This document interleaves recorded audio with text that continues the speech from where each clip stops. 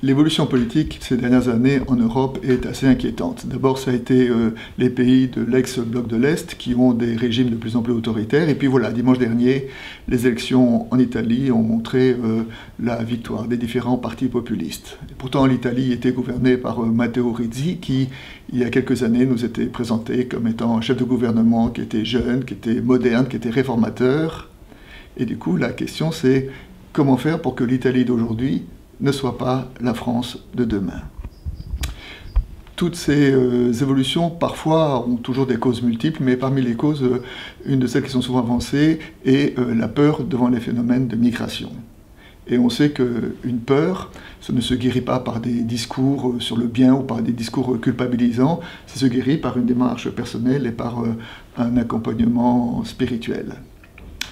La question de la migration nous pose au cœur de la tension entre ce qu'on appelle éthique de conviction et éthique de responsabilité.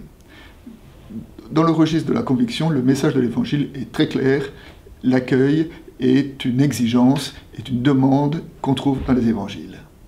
Mais la responsabilité est aussi une donnée biblique. Et d'ailleurs, lorsque nous regardons le Premier Testament, nous voyons dans le Premier Testament que le discours sur les étrangers est parfois pluriel, qu'il y a des récits qui parlent des étrangers comme étant une exigence éthique d'accueil, comme étant des étrangers comme étant une chance, mais il y a aussi des textes bibliques qui parlent des étrangers sous le registre de la méfiance, et n'oublions jamais le livre d'Esdras.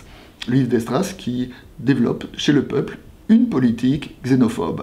Et c'est un moment où le peuple était en fragilité d'identité. Et c'est vrai que quand les peuples se sentent fragiles dans leur identité, parfois ils sont plus sensibles à ce type de dérive.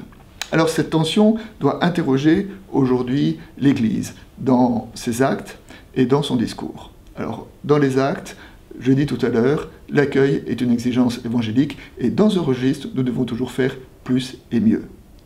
En revanche, dans la question du discours, qu'est-ce que l'évolution politique nous dit sur l'évolution peut-être que doit avoir notre discours? Que faut-il dire? Comment en parler? Quand en parler? Voire, ne pourrait-on pas dans ce registre-là envisager un peu une question de jeûne médiatique? Le sage Qoheleth disait qu'il y avait un temps pour parler et un temps pour se taire.